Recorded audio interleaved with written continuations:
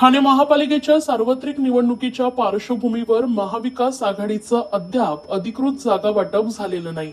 असं असताना कळवा प्रभाग क्रमांक 9 मध्ये राष्ट्रवादी काँग्रेस, शरदचंद्र पवार पक्षाचे राष्ट्रवादी युवक काँग्रेसचे ठाणे शहर अध्यक्ष अभिजित पवार यांनी पक्षाचे नेते आमदार जितेंद्र आव्हाड, जिल्हा अध्यक्ष मनोज प्रधान आणि ऋता आव्हाड यांच्या उपस्थितीत रॅली काढून परस्पर उमेदवारी अर्ज दाखल करण्याच्या कृतीविरोधात काँग्रेसनं आक्षेप नोंदवलाय.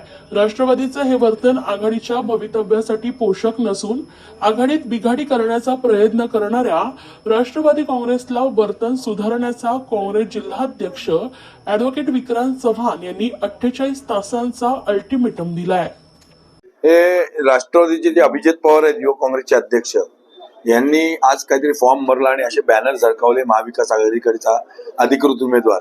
तर हेच सांगण्यासाठी आपल्याला बोलवलंय की अधिकृत अद्याप घोषणा झालेली नाही महाविकास आघाडीची, आणि त्यामुळे हा जो बॅनर लावलेला आहे हा चुकीचा बॅनर आहे. असे बॅनर त्यांनी लावू नयेत राष्ट्रवादीने, आणि त्याला अध्यक्ष राष्ट्रवादीचे आणि सौ ऋता आव्हाड उपस्थित होत्या. ही बाब चुकीची आहे. कोणाला काँग्रेसच्या कार्यकर्त्यांना विश्वासात न घेता अशा प्रकारे एकतर्फी जर निवडणुका हे केलेल्या असतील तर आम्हाला आमचा मार्ग मोकळा आहे हेच सांगण्यासाठी पत्रकार परिषद घेतली आहे. आम्ही 48 तास वाट बघणार आहोत.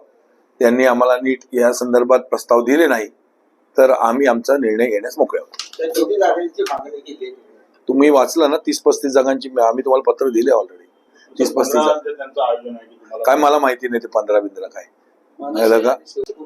आम्ही नाही बाहेर पडणार. अजून मनसे आणि काँग्रेस शिवसेनेची युती मुंबईत झाली आहे, ठाण्यात अजून डिक्लेअर झालेली नाही. ठाण्यामध्ये अद्याप डिक्लेअर झाली नाही मनसे आणि शिवसेनेची युती. ठाण्यामध्ये महाविकास आघाडी म्हणून आम्ही लढतोय. त्यांनी डिक्लेअर करू द्या फक्त मनसे आणि शिवसेनेची युती, मग आम्हाला आमचा मार्ग मोकळा आहे. सर 30 ते 35 मागणी तुम्ही केलेली आहे, पण ती अंमलात आली नाही. नाही बघा, असं आहे, वाघ असतो तो 2 पावलं मागे घेऊन झेप टाकतो. आम्ही 2 पावलं मागे घ्यायला तयार आहोत, पण आम्ही 2 पावलं मागे घेतल्यानंतर जर वेळेवर आले नाही तर आम्ही लगेच झेप घेऊ. स्वबळावर लढणार का? कशाला स्वबळावर लढायचं? अद्याप तसं काही ठरलेलं नाही.